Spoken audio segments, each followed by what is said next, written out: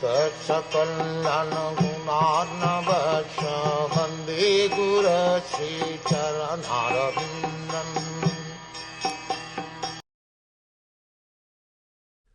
The transcendental vibration established by the chanting of Hare Krishna, Krishna Krishna, Hare Hare, Hare Rama, Rama Rama, Hare Hare, is the sublime method for reviving our transcendental consciousness.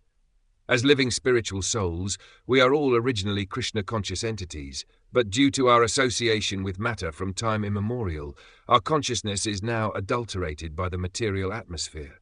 The material atmosphere in which we are now living is called Maya, or illusion. Maya means that which is not. And what is this illusion? The illusion is that we are all trying to be lords of material nature, while actually we are under the grip of her stringent laws. When a servant artificially tries to imitate the all-powerful master, it is called illusion.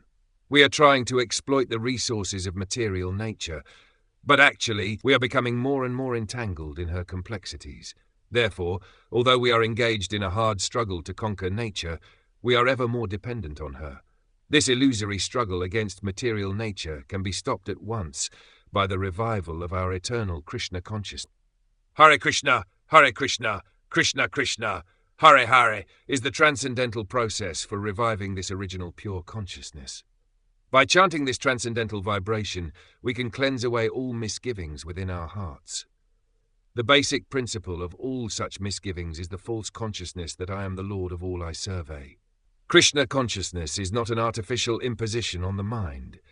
This consciousness is the original natural energy of the living entity. When we hear the transcendental vibration, this consciousness is revived. This simplest method of meditation is recommended for this age. By practical experience also, one can perceive that by chanting this Maha Mantra, or the great chanting for deliverance, one can at once feel a transcendental ecstasy coming through from the spiritual stratum. In the material concept of life, we are busy in the matter of sense gratification as if we were in the lower animal stage. A little elevated from this status of sense gratification, one is engaged in mental speculation for the purpose of getting out of the material clutches. A little elevated from this speculative status, when one is intelligent enough, one tries to find out the supreme cause of all causes, within and without. And when one is factually on the plane of spiritual understanding, surpassing the stages of sense, mind, and intelligence, he is then on the transcendental plane. This chanting of the Hare Krishna mantra is enacted from the spiritual platform, and thus this sound vibration surpasses all lower strata of consciousness, namely sensual, mental, and intellectual. There is no need, therefore, to understand the language of the mantra, nor is there any need for mental speculation, nor any intellectual adjustment for chanting this Maha Mantra. It is automatic from the spiritual platform, and as such, anyone can take part in vibrating this transcendental sound without any previous qualification.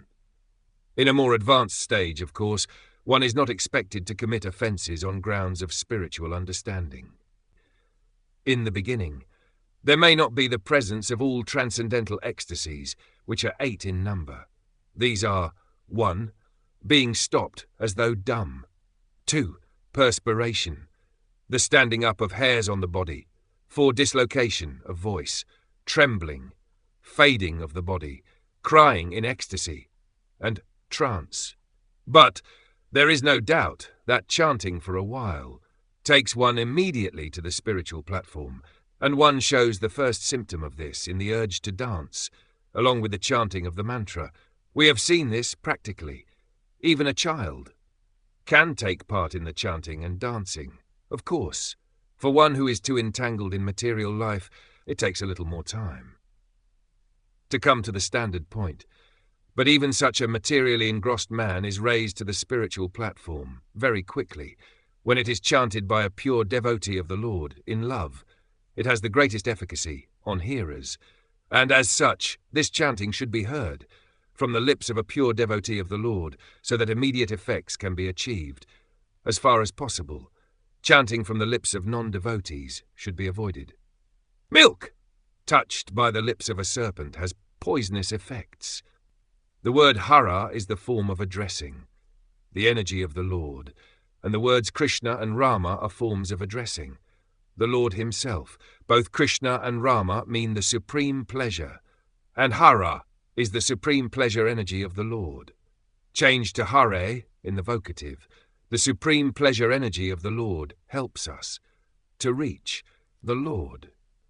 The material energy, called Maya, is also one of the multi-energies of the Lord, and we, the living entities, are also the marginal energy of the Lord. The living entities are described as superior to material energy. When the superior energy comes into contact with the inferior energy, an incompatible situation arises. But when the superior marginal energy is in contact with the superior energy called Hara, it is established in its happy normal condition. These three words, namely Hara, Krishna and Rama, are the transcendental seeds of the Maha Mantra. The chanting is a spiritual call for the Lord and his energy to give protection to the conditioned soul.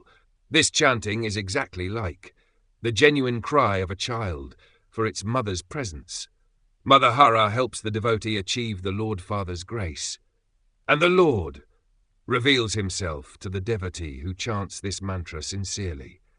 No other means of spiritual realization is as effective in this age of quarrel and hypocrisy as the Maha Mantra, Hare Krishna, Krishna Krishna, Hare Hare, Hare Rama, Rama Rama, Hare Hare,